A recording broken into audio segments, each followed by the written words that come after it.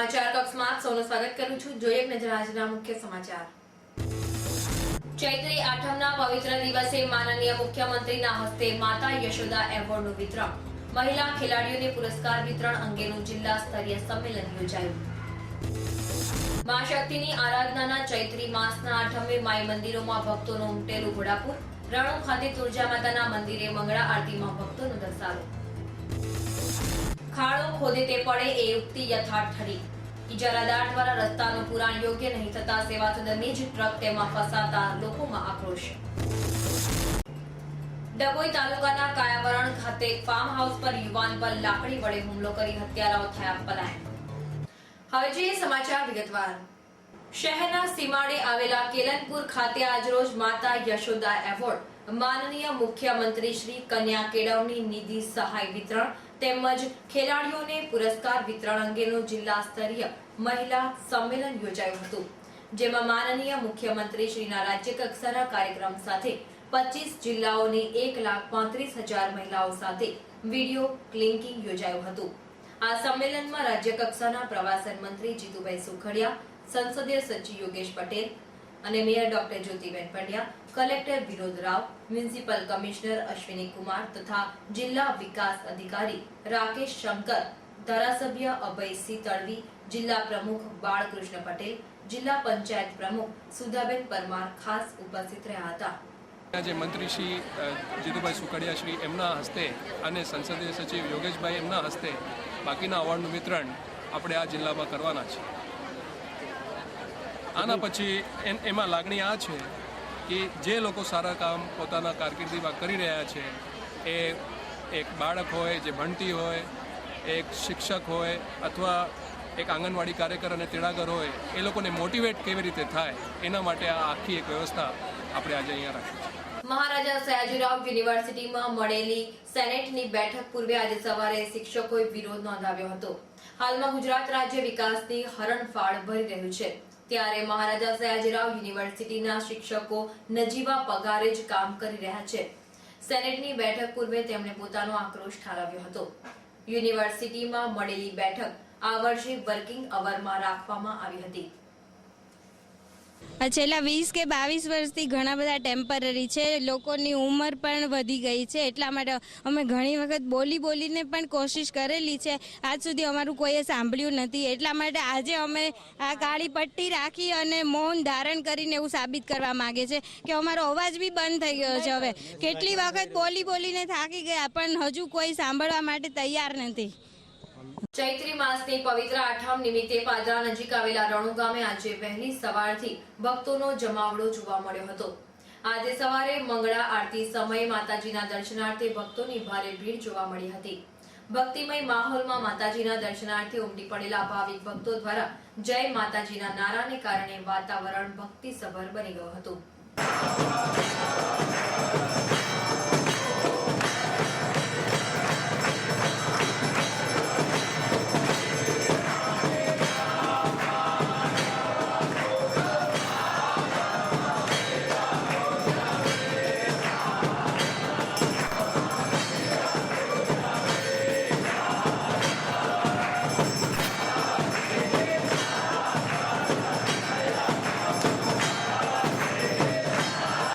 નવરાત્રીની અષ્ટમીના દિવસે આજે માંડવી ખાતે આવેલા અંબા માતાના મંદિરમાં ભક્તોની ભારે ભીડ જોવા મળી હતી। ચૈત્રી આઠમ નિમિત્તે શહેરમાં વિવિધ માઈ મંદિરોમાં હવનનો કાર્યક્રમ યોજાશે। ચૈત્રી આઠમના પવિત્ર દિવસે કેટલાક ભક્તો પગપાળા સંઘ સ્વરૂપે વિવિધ માઈ મંદિરે જવા નીકળ્યા છે।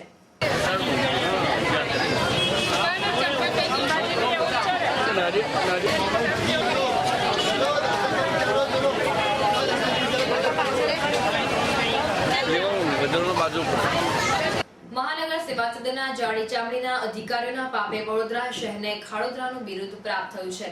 શહેરના વાઘોડિયા ડભોઈ રિંગ રોડ સોમા તલાવ પાસે પાઇપલાઇનની કામગીરી આડેધડ આટોપી લેવાઈ હતી। આજ રોજ આ સ્થળેથી પસાર થતા વાહનો તેમાં ફસાઈ જતા લોકોમાં તંત્ર વિરુદ્ધ આક્રોશ ફાટી નીકળ્યો હતો। ફસાયેલા વાહનમાં સેવા સદનની પાઇપ લઈ જતી ટ્રક ફસાઈ ગઈ હતી, જે જોતા ખાડો ખોદે તે પડે તે ઉક્તિ યાદ આવી ગઈ। બીજી તરફ આજ રોજ કેલનપુર ખાતે યોજાનાર સંમેલનમાં ભાગ લેવા ધારાસભ્યો તથા ઉચ્ચ અધિકારીઓ પણ આ માર્ગે પસાર થયા હતા, ત્યારે તેમણે પ્રજાની હાલાકી સામે ગાંધારીનો રોલ ભજવ્યો હતો. આની ફસાઈ ગઈ, શું કરવાનું? ક્યાં આગળ ફસાઈ? બનાવેલો તો એલો રસ્તો. હા હા. આજવા ચોકડીએ જવાનું. શું લઈને જઈ રહ્યા? પાઇપ છે ગાડી, આરસીસી પાઇપ. કોની જોયું? Corporation pipe? હા, કોર્પોરેશન. અચ્છા. ડભોઈ તાલુકાના કાયાવરણ ગામ ખાતે છેલ્લા 20 વર્ષથી આંબાવાડી ફાર્મમાં 30 વર્ષીય મુન્ના જીવનભાઈ વસાવા તેમની માતા 52 વર્ષીય સોનાબેન જીવનભાઈ વસાવા સાથે રહેતા હતા.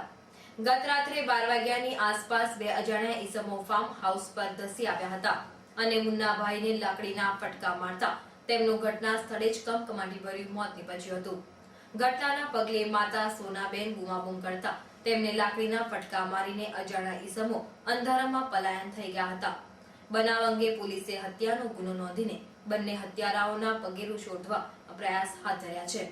સુમારે કારવણ ગામની સીમમાં કારવણથી આશરે 1.5 કિલોમીટર દૂર સીમમાં ઇન્દુભાઈ સોમાભાઈ જોશીના આંબાવાડિયામાં રહેતા સોનીબેન સોમાભાઈ વસાવા ને કોઈ અજાણ્યા બે ઈસમોએ જમણા ગાલ ઉપર જમણા હાથ ઉપર ઈજા કરેલા અને તેની બાજુમાં સૂતેલા અરમાઈ પુત્ર ચિમન ઉર્ફે મુન્ના જીવન વસાવાને માથાની ડાબી સાઈડે લાકડા દંડા વડે ઈજા કરતાં ગંભીર ઈજા થતાં મરણ ગયેલા અને આ બાબતે સોનીબેને ફરિયાદ આપેલી છે અને ડીવાયએસપી સાહેબની સૂચના મુજબ અમારા પીઆઈ સાહેબે આ બાબતે તપાસ કરે છે અને ગુનો ડિટેક્શન માટે ફિંગરપ્રિન્ટ એફએસએલ અને ડોગ સ્ક્વોડની મદદ લેવામાં આવેલી છે.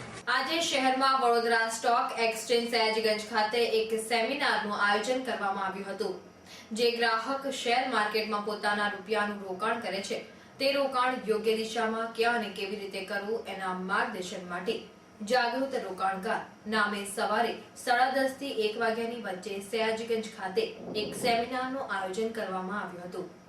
આ સેમિનારમાં ઘણા રોકાણકારોએ ભાગ લીધો છે અને કઈ દિશામાં રોકાણ કરીને નફો મળે અને ખોટ ના જાય તે માટેની સચોટ માહિતી મેળવી હતી. આ સેમિનાર સમયાંતરે થવો જોઈએ તેવું રોકાણકારોએ જણાવ્યું હતું. પોલ્યુશન કંટ્રોલ ઓફ બોર્ડ દ્વારા શહેરના સુરસાગર તળાવને રાજ્યનું દ્વિતીય નંબરનું પ્રદૂષિત તળાવ જાહેર કરાતા તંત્ર સફાળું જાગીને સુરસાગરની સફાઈ માટે કામગીરી હાથ ધરવામાં આવી હતી. સુરસાગર તળાવની સફાઈ બાબતે આપવામાં આવેલા ઇજારદાર દ્વારા સવારે 8 થી 10 દરમિયાન સફાઈ કામ હાથ ધરાયું હતું. આ કામગીરી દરમિયાન તળાવમાંથી શ્રીજીની પ્રતિમાઓ, ચમચી તથા પ્લાસ્ટિકની બોટલો મળી આવી હતી, જેના પગલે તંત્ર દ્વારા સુરસાગર તળાવના કિનારે કચરો નાખવા કળશો મૂકવામાં આવ્યા હતા. ચૈત્રી માસની આઠમ નિમિત્તે આજે વિવિધ માઈ મંદિરોમાં વહેલી સવારથી જ ભક્તોનું ઘોડાપૂર ઉમટી પડ્યું હતું, તો બીજી તરફ મદનઝાપા રોડ પર આવેલા રામજી મંદિર ખાતે રામ નવમીની તૈયારી શરૂ કરી દેવામાં આવી છે. ચૈત્રી માસની નોમના બપોરના 12 વાગે પ્રભુ શ્રી રામનો જન્મ થશે તે સમયે રામજી મંદિર ખાતે મહાઆરતીનું આયોજન કરવામાં આવ્યું છે. તાજેતરમાં અખબારી અહેવાલ અનુસાર બરોડા ડેરીમાં સિન્થેટિક દૂધનું મિશ્રણ કરવામાં આવે છે, જેના આધારે સેવા સદનના ફૂડ ડિપાર્ટમેન્ટ દ્વારા તપાસ હાથ ધરવામાં આવી હતી. બરોડા ડેરીના સંચાલકો દ્વારા નાગરિકોના જીવન સાથે ચેડા કરવાની ઘટના બાબતે વડોદરા નાગરિક સંઘર્ષ મંચે ગંભીર નોંધ લીધી હતી. બીજી તરફ હાલમાં ખાદ્ય તેલના ભાવોમાં સરકાર દ્વારા ધરખમ વધારો ચીકવામાં આવ્યો છે.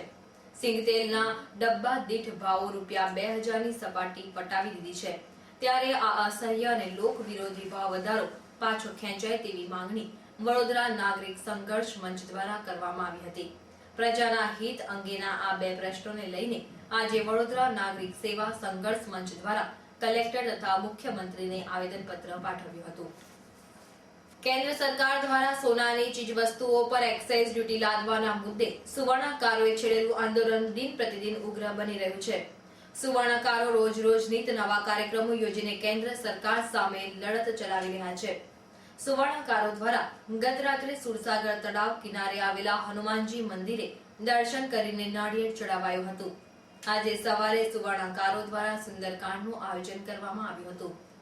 શહેરમાં દેવાદિપીઠ પીઠાધીશ્વર પરમ પૂજ્ય મથુરેશ્વર મહારાજના 75મા મહામહોત્સવનું આયોજન કરવામાં આવ્યું છે.